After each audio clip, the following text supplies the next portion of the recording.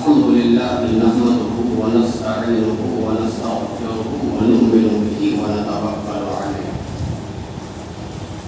ونعوذ بالله من شرور أنفسنا ومن سيئات أعمالنا من يهده الله فلا مضل له ومن يضلله فلا هادي له ونشهد أن لا إله إلا الله وحده لا شريك له ونشهد أن سيدنا ومولانا محمدا عبده ورسوله أما بعد فقد قال الله تبارك وتعالى في القرآن المجيد والفرقان الحميد أعوذ بالله من الشيطان الرجيم بسم الله الرحمن الرحيم قل إن كنتم تحبون الله فاتبعوني يحببكم الله ويغفر لكم ذنوبكم والله غفور رحيم آمنت بالله ورسوله وصدق الله المولانا العظيم معزز مسلیان جمعہ اللہ سبحانہ تعالیٰ کا بے پناہ فضل و احسان ہے، انعام ہے، اکرام ہے کہ اس نے محض اپنی مہربانی سے، اپنے فضل سے، اپنے کرم سے ہم جیسے گنہگاروں کو آواز دے کر، صدا لگا کر بلایا اور اپنے گھر میں بڑے ہی ادب کے ساتھ، عزت کے ساتھ، احترام کے ساتھ بیٹھنے کی سعادت عطا فرمائی۔ اللہ تبارک و تعالیٰ کا جس قدر بھی ہم شکرانہ ادا کریں وہ کم ہے۔ ماہ محرم الحرام کا یہ حرمت والا پاکیزہ مہینہ جو اپنے دامن میں کئی واقعات کو سمیٹے ہوئے، کئی سعادتوں اور کئی برکتوں اور کئی رحمتوں کو سمیٹے ہوئے رواں پذیر ہے اور چند دنوں کا مہمان ہے۔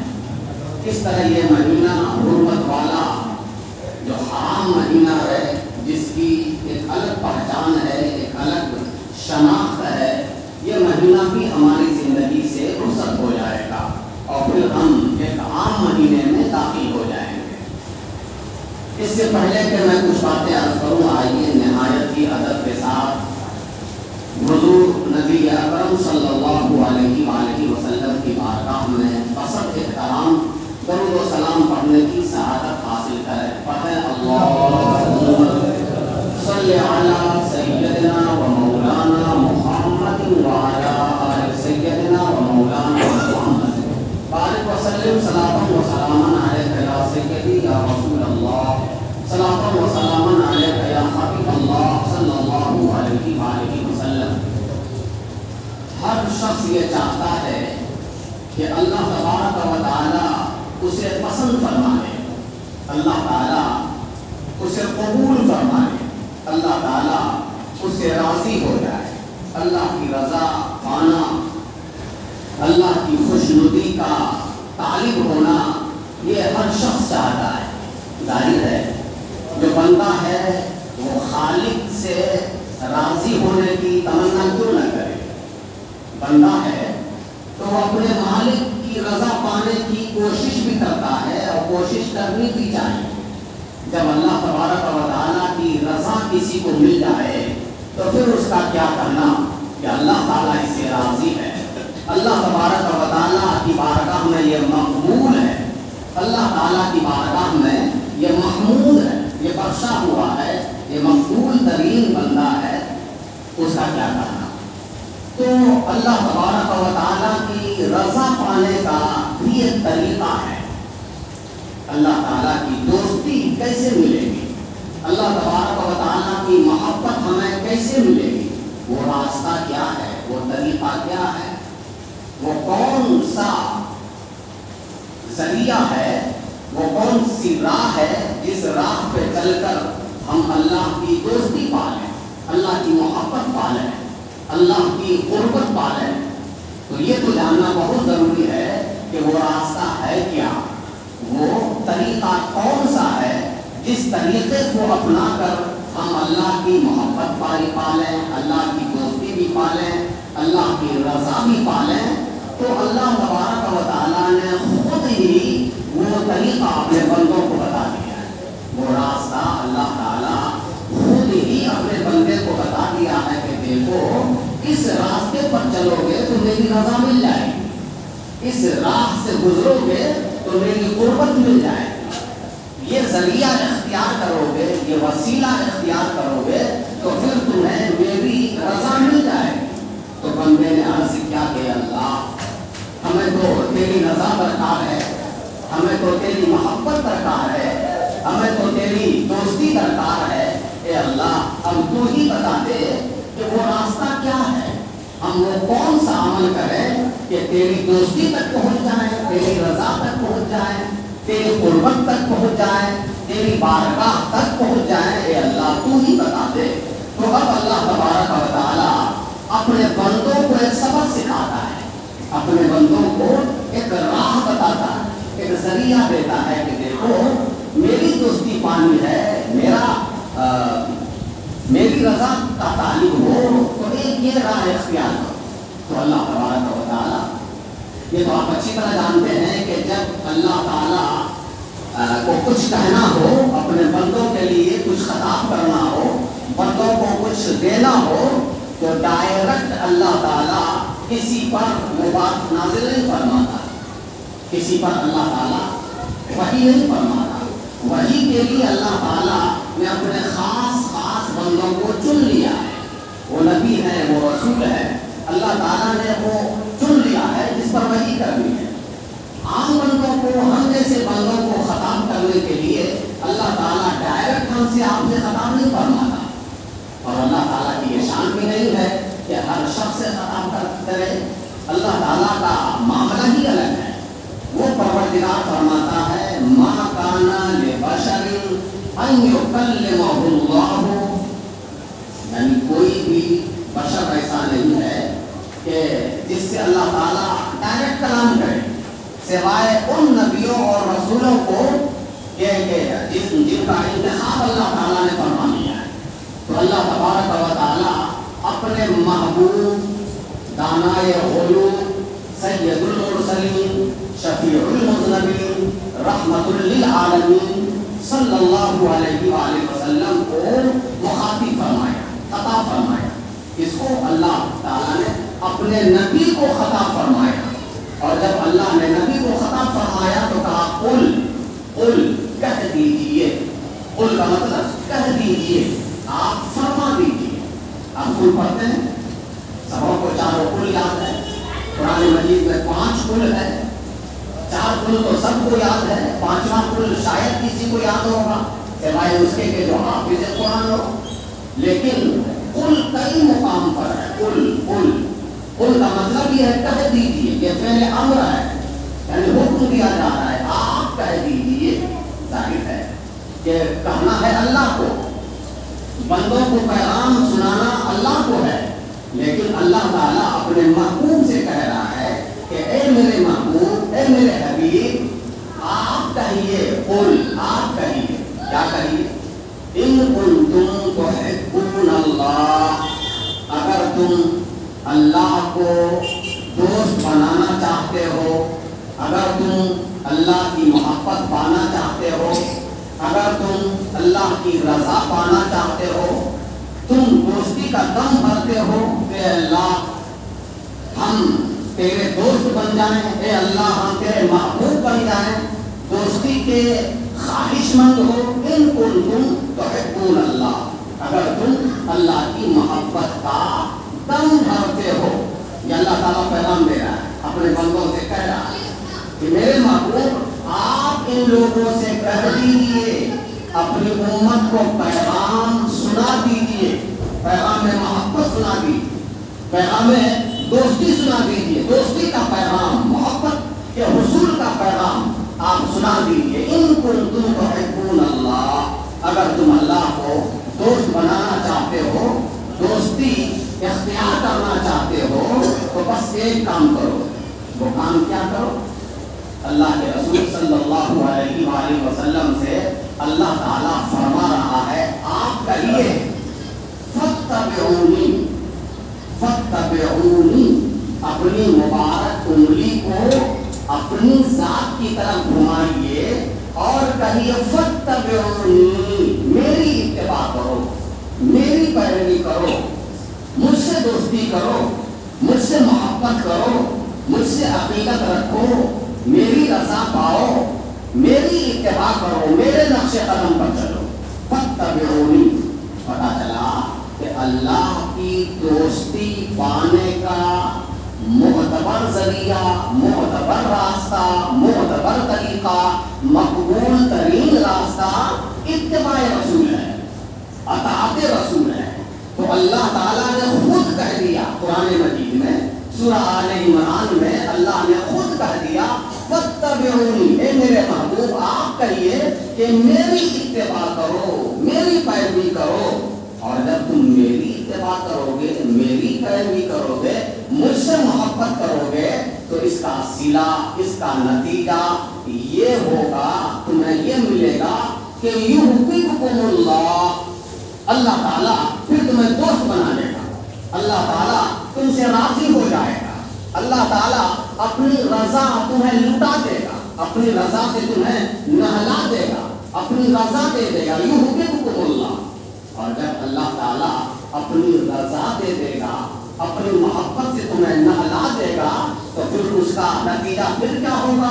یغفر لکم ذنوبکم، یغفر لکم ذنوبکم، تو پھر اللہ تعالیٰ تمہارے گناہوں کو، تمہاری غلطیوں کو، تمہارے قصور کو، تمہاری لغزشوں کو معاف فرما دے گا۔ تم جو گناہ کیے ہوئے تھے، تم جو گناہوں سے لت پت تھے، تمہارا قدم جو پھسل چکا تھا، تم جو بیداری کے شکار ہو گئے تھے، یحببکم اللہ کا صدقہ یہ ہوگا کہ وَيَغْفِرْ لَكُمْ ذُنُوبَكُمْ، کہ وہ پروردگار تمہارے گناہوں کو، تمہاری غلطیوں کو، خطاؤں کو معاف فرما دے گا۔ اور اللہ کی شان یہ ہے کہ وَاللَّهُ غَفُورٌ رَحِيمٌ، اور اللہ تعالی گناہوں کو بخشنے والا بہترین رحیم ہے، بڑا رحم فرمانے والا ہے، بڑا کرم فرمانے والا ہے۔ یہ آیت کریمہ تھی۔ اب اس آیت کریمہ سے ہمیں ایک سبق ملا، وہ سبق یہ ملا کہ اللہ کی رضا کس طرح پائی جائے، اللہ کی دوستی کس طرح پائی جائے۔ تو اللہ کی دوستی پانے کا ایک راستہ خود اللہ تعالیٰ نے دیا کہ میرے محبوب کی اتباع کرو، میرے محبوب کی پیروی کرو، میرے محبوب کے نقش قدم پر چلو، اللہ تعالیٰ کی تمہیں دوستی مل جائے گی۔ اور جو صحابہ کرام تھے، ان کے اتباع کا عالم یہ تھا کہ حضور جب کوئی عمل کرتے، کوئی بھی عمل کرتے، اور ایک بات تو اور یاد رکھنے کی ہے کہ اللہ کے رسول صلی اللہ علیہ وآلہ وسلم کا کوئی بھی عمل، کوئی بھی فعل حکمت سے خالی نہیں ہوتا، حکمت سے کوئی بھی عمل خالی نہیں ہوتا۔ صحابہ کرام بعض مقامات پر وہ حکمت سمجھ سکتے تھے، بعض مقامات پر سرکار کے عمل کو دیکھ کر اس حکمت کو سمجھ نہیں پاتے تھے کہ سرکار نے ایسا کیوں کیا۔ اس کی ایک دو مثال دیکھ لیجیے کہ حضرت عبداللہ ابن عمر رضی اللہ تعالی عنہ، ان کے ایک شاگرد ان کے پیچھے سواری پر سوار کہیں جا رہے ہیں، عبداللہ ابن عمر حضور کے صحابی، باپ بھی صحابی، بیٹے بھی صحابی، حضرت عمر کے بیٹے عبداللہ ابن عمر رضی اللہ تعالی عنہ، وہ کہیں سواری پر سوار ہو کر جا رہے ہیں، اور پیچھے میں ان کا شاگرد ہے۔ ایک مقام پر دیکھا کہ راستہ ہے، چاروں طرف سے کھجور کے درخت لگے ہوئے ہیں، اسی راستے پہ چل پڑے۔ ایک مقام پر انہوں نے سواری روک دی، اور عبداللہ ابن عمر نے سواری روکی اور چھٹ سے سواری پر سے نیچے اتر آئے، اور جب سواری پر سے نیچے اتر آئے تو ان کے شاگرد جو پیچھے تھے وہ بھی اتر آئے۔ تو حضرت عبداللہ ابن عمر نے اپنے شاگرد سے کہا کہ لوٹا لاؤ، پانی لاؤ۔ تو ان کے شاگرد نے فوراً لوٹا بنایا، پانی بنایا، اور ان کو لگا کہ حضرت کو استنجا کی حاجت ہوئی ہوگی، اس لیے اترے ہیں، استنجا کریں گے، اس لیے پانی انہوں نے طلب کیا ہے۔ تو ان کے شاگرد نے جلدی سے لوٹا پیش کیا، پانی پیش کیا، یہ سوچا کہ حضرت کو حاجت ہوئی ہے، جائیں گے۔ حضرت وہاں سے سڑک پر سے نیچے اتر آئے، اور جہاں کھجوروں کے درخت تھے، بہت سارے درخت تھے، جگہ اسی میں نکل پڑے اور درختوں کے بیچ میں جا کر ایک درخت کا انتخاب فرمائے.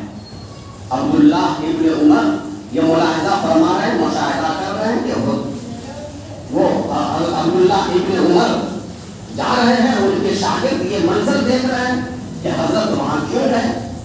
وہ گئے اور بے ترتیب درخت میں سے کسی ایک درخت کا انتخاب فرمایا اور اس درخت کے جڑ میں گھوم گھوم کر وہ پانی ڈال دیا. لوٹے کا پورا پانی درخت کے جڑ میں گھوم گھوم کر ڈال دیا. پانی ختم ہوا اور وہ آئے اور کہا کہ سواری پر بیٹھو, اور حضرت عبداللہ ابن عمر سواری پر بیٹھے اور آگے بڑھ گئے. ان کے جو شاگرد تھے ان کو یہ بات سمجھ میں نہیں آئی. ان کو لگا کہ یہ عمل تو ابس ہے, بیکار ہے. پانی اس زمانے میں, اس زمانے میں پانی کی قدر و منزلت اللہ اکبر, بہت مشکل سے پانی کسی کو ملتا تھا. ان کے شاگرد نے سوچا کہ بہت مشکل سے پانی ملا بھی اور حضرت نے بلا وجہ کسی درخت میں ڈال آئے, کوئی کام بھی نہیں ہوا. یہ حکمت ان کو سمجھ میں نہیں آئی. موقع ملا, عبداللہ ابن عمر رضی اللہ تعالیٰ عنہ کسی جگہ پر بیٹھے, طبیعت بالکل اطمینان تھی. تو ان کے شاگرد نے پوچھا کہ حضور ایک بات عرض کرنی ہے. عبداللہ ابن عمر نے کہا بولو, وہ کون سی بات ہے؟ کہا کہ کل سے میرے ذہن میں وہ بات گردش کر رہی ہے, میں چاہتا ہوں کہ آپ سے پوچھ لوں. تو حضرت عبداللہ ابن عمر نے کہا کہ پوچھو کیا ہے. کہا حضور میں آپ کے ساتھ تھا, فلاں مقام پر آپ نے سواری روکی, اترے, پانی مانگا آپ نے, میں نے پانی پیش کیا. میں نے تو سوچا کہ آپ کو حاجت ہوگی, آپ استنجا کے لیے جائیں گے, اس لیے آپ نے پانی طلب کیا. لیکن آپ نے ایک ایسا عمل کیا جو میرے سمجھ میں نہیں آیا. ایک درخت, وہ بھی بیچ میں جا کر ایک درخت کا آپ نے انتخاب کیا, اس درخت کے جڑ میں پانی ڈالا. اگر پانی ڈالنا ہی تھا تو قریب میں جو درخت تھا اسی پہ ڈال دیتے, کئی درختوں میں ڈال دیتے. آخر ایک ہی درخت کا آپ نے انتخاب فرمایا, آخر وجہ کیا ہے؟ یہ وجہ ہم کو سمجھ میں نہیں آئی.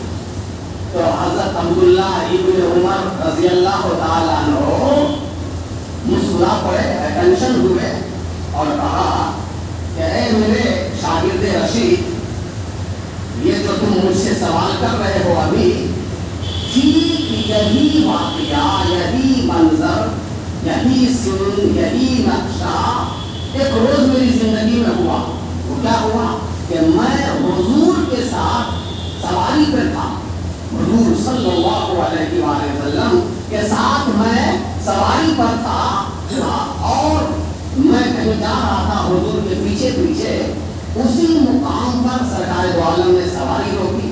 جس طرح میں نے گھوڑے کا لگام کھینچا تھا, حضور نے اسی طرح کھینچا جس طرح میں نے کھینچا. اور حضور نے اپنی سواری روکی, حضور اترے, میں بھی اترا. حضور نے مجھ سے پانی طلب کیا تھا, میں نے حضور کو پانی پیش کیا تھا. تو میں نے دیکھا کہ حضور اسی درخت میں جا کر گھوم گھوم کر پانی ڈال دیے تھے اور آ کر مجھ سے کہا تھا کہ سواری کھولو. تو یہ عبداللہ ابن عمر اسی روز اس درخت کو تار لیا تھا, اس درخت کو پہچان لیا تھا, ذہن میں نقش کر لیا تھا کہ یہ سنت جس کی حکمت مجھے نہیں معلوم کہ حضور نے کیوں کیا, تو بھلا اس سنت کی گواہ صرف میں تھا. تو جب میں اس راستے سے گزرا تو میرے ذہن میں وہ سارا نقشہ, سارا منظر محفوظ تھا. میں نے وہی عمل کیا جس عمل کو سرکار نے کیا تھا. اب عبداللہ ابن عمر کو اس سے کوئی غرض نہیں ہے کہ اس عمل کے پیچھے منشا کیا تھا, مرضی کیا تھی حضور کی. بس میں نے دیکھا کہ حضور نے وہ کام کیا ہے, میں نے بھی کر دیا. اللہ, یہ صحابہ کرام کی اتباع کا معاملہ تھا کہ وہ کس طرح اتباع کرتے تھے. حضرت عثمان غنی رضی اللہ تعالیٰ عنہ امیر المومنین, وہ ایک مرتبہ وضو فرما رہے تھے, کسی جگہ بیٹھے وضو فرمائے, پانی منگوایا, وضو کا پانی سے وضو کیا, اور جب وضو سے فارغ ہو گئے تو مسکرائے. تو ان کے ساتھی موجود تھے. تو حضرت عثمان غنی نے فرمایا کہ اے میرے ساتھیوں, میں نے ابھی مسکرایا ہے. ساتھی نے پوچھا کہ حضور اے امیر المومنین, آپ وضو سے فارغ ہوتے ہی مسکرائے, کیا وجہ تھی کہ آپ مسکرا پڑے؟ تو امیر المومنین نے کہا کہ تم لوگ پوچھو مجھ سے کہ میں نے کیوں مسکرایا. تو ان کے ساتھیوں نے صحابہ کرام نے پوچھا کہ امیر المومنین آپ کیوں مسکرائے, کس وجہ سے آپ نے مسکرایا؟ تو حضرت عثمان غنی فرماتے ہیں جانتے ہو حضور صلی اللہ علیہ وآلہ وسلم اسی جگہ پر بیٹھ کر وضو فرما رہے تھے, میں موجود تھا اور بھی دیگر لوگ موجود تھے. میں نے اپنی آنکھوں سے دیکھا کہ حضور نے وضو فرمایا اور وضو مکمل ہونے کے بعد حضور مسکرا پڑے. حضور نے مسکرایا اور میں نے اس کو اپنے ذہن میں محفوظ کر لیا تھا کہ اس سنت کو بھی میں ادا کروں گا, اس سنت کو بھی میں ادا کروں گا. تو سرکار دو عالم جب مسکرائے تو صحابہ کرام نے پوچھا تھا یا رسول اللہ آپ کیوں مسکرائے, کیوں مسکرائے؟ تو سرکار نے پوچھا کہ اے میرے صحابہ تم پوچھو کہ میں کیوں مسکرایا ہوں, مسکرانے کی وجہ کیا ہے؟ صحابہ نے عرض کیا یا رسول اللہ ذرا آپ بتائیے کہ آپ کیوں مسکرائے؟ تو حضور نے ارشاد فرمایا کہ جانتے ہو میں کیوں مسکرایا؟ جب کوئی بندہ اللہ کی بارگاہ میں حاضر ہونے کے لیے وضو کرتا ہے اور پانی منگوا کر وضو کرنے بیٹھتا ہے تو اس پانی سے جب وہ چہرے کو دھوتا ہے تو اس پانی سے چہرے کا گناہ دھل جاتا ہے. اس وضو کے پانی سے چہرے کا گناہ دھل جاتا ہے اور جب وہ مسح کرتا ہے تو سر کا گناہ دھل جاتا ہے. کانوں سمیت ہاتھ دھوتا ہے تو ہاتھ کے گناہ دھل جاتے ہیں, پاؤں دھوتا ہے تو پاؤں کے گناہ دھل جاتے ہیں. تو اسی لیے میں نے مسکرایا, اسی وجہ سے میں نے مسکرایا. تو امیر المومنین نے کہا کہ میں نے اس کی ادا کو ادا کیا ہے, اس کی ادا کو ادا کیا ہے. تو بات کا ماحصل یہ ہے کہ سرکار دو عالم صلی اللہ علیہ وآلہ وسلم کی اتباع اور پیروی کس انداز سے صحابہ کرام کرتے تھے. صحابہ کرام کی زندگی کو جب آپ پڑھیں گے تو قدم قدم پر سرکار کی اتباع اور پیروی, اور اسی لیے تو اللہ تعالیٰ نے کہا کہ میری دوستی کا دم بھرتے ہو تو میرے محبوب سے دوستی کرو, میرے محبوب صلی اللہ علیہ وآلہ وسلم سے دوستی کرو. ایک راستہ ملا اللہ کی دوستی, پانی ہو تو حضور کی دوستی پانی ہوگی, حضور سے محبت کرنا ہوگا. اب ذرا یہ بھی دیکھ لیجئے کہ حضور کی محبت کس سے ملتی ہے. حضور ظاہر سی بات ہے کہ حضور کی اتباع حضور کی پیروی کریں گے اور حضور کو خوش کریں گے تو وہ راستہ کیا ہے؟ تو ذرا حضور ہی سے پوچھ لیا جائے کہ یا رسول اللہ آپ کی خوشی مجھے پانی ہے, آپ کی محبت مجھے مطلوب ہے, تو ذرا بتائیے کہ وہ کون سا راستہ اختیار کرے کہ آپ کی خوشی مجھے مل جائے, آپ میرے عمل سے خوش ہو جائیں, آپ میرے عمل سے راضی ہو جائیں. تو حضور نے ارشاد فرمایا کہ میری محبت پانا چاہتے ہو من احب حسینا, من احب حسینا فقد احبنی, تو جس نے مجھ سے محبت, امام حسین سے محبت کی, من احب حسینا, جس نے حسین مجتبی سے محبت کی گویا اس نے مجھ سے محبت کی. تو امام عالی مقام سید الشہداء امام حسین رضی اللہ تعالیٰ عنہ کی محبت, ان کی الفت, ان کی عقیدت گویا حضور سے محبت کا ایک زینہ ہے, حضور کی محبت کا ایک راستہ ہے. اگر کوئی محبت اہل بیت, کسی کا دل اگر محبت اہل بیت سے خالی ہے تو پھر وہ محبت رسول کے دعوے داری میں جھوٹا ہے. وہ ہو ہی نہیں سکتا کہ امام عالی مقام سے محبت نہ کرے اور حضور کی محبت کا دعویٰ کرے, اور حضور سے محبت نہ کرے اور وہ دعوی خدا یعنی اللہ کی محبت کا دعویٰ کر بیٹھے, وہ جھوٹا ہے. اللہ کے رسول صلی اللہ علیہ وسلم نے ایک راستہ بتا دیا کہ دیکھو قل لا اسألکم علیہ اجرا الا المودۃ فی القربى, اے میرے حبیب آپ لوگوں سے کہہ دیجیے لا اسألکم علیہ اجرا, میں جو خدمت کر رہا ہوں, میں جو تمہیں جنت کی طرف لا رہا ہوں, میں جو تمہیں دوزخ سے نجات دے رہا ہوں, میں جو تمہیں راہ دکھا رہا ہوں, تو اتنی خدمت کے نتیجے میں مجھے کچھ اجرت نہیں چاہیے. لا اسألکم علیہ اجرا، مجھے کچھ بدلہ نہیں چاہیے، الا المودۃ فی القربی، سوائے اس کے کہ تم میرے طاقت دار سے محبت کرو۔ تو اللہ کے رسول صلی اللہ علیہ وسلم سے جنہوں نے محبت کی، اہل بیت سے محبت کیا، اپنے سینے کو معمور کیا، اپنے سینے کو محبت اہل بیت سے بھر لیا، تو اللہ تبارک و تعالیٰ نے اسے نوازا، اسے مہربانیاں فرمائی، اس پر کرم فرمایا۔ کہتے ہیں کہ اللہ تبارک و تعالیٰ، اللہ کے جو ولی ہوتے ہیں، اولیاء اللہ، وہ بغیر حضور کی محبت کے، حسین مجتبیٰ کی محبت کے کوئی ولی بن ہی نہیں سکتا۔ اولیاء اللہ کرام، اللہ تبارک و تعالیٰ اسی کو نوازتا ہے جس پر محبت رسول جس کے دل میں ہوتی ہے، محبت اہل بیت سے جس کا دل معمور ہوتا ہے، اللہ تبارک و تعالیٰ اسی کو نوازتا ہے۔ ایک لمبی فہرست ہے اولیاء کرام کی۔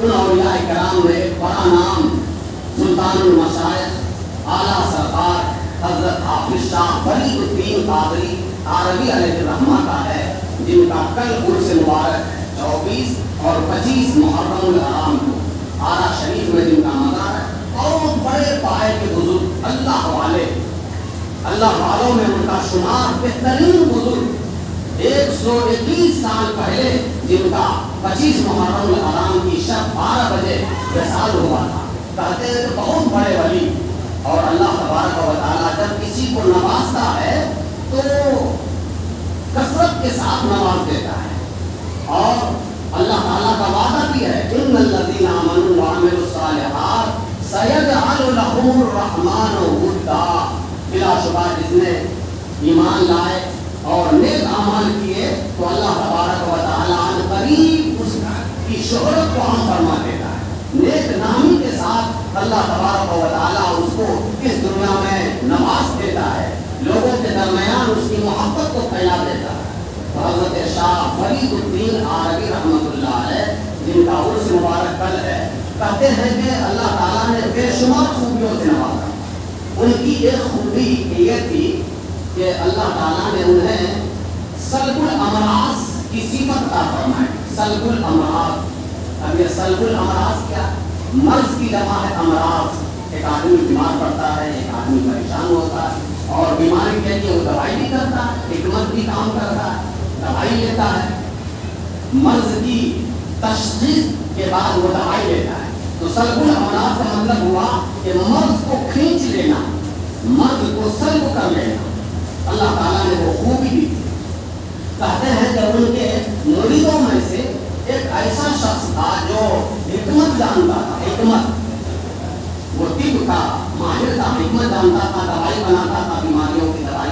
ایک مرتبہ کیا ہوا تو ان کے چہرے پر چیچک کا داغ نکل آیا۔ بہت سارے لوگ ہوتے ہیں، داغ نکل آتا ہے، دانا نکل آتا ہے، تو داغ نکل آیا تو دیکھا کہ چہرے پر داغ ہے، تو وہ گھر سے باہر نہیں نکل رہے ہیں، حضرت کی بارگاہ میں نہیں آ رہے۔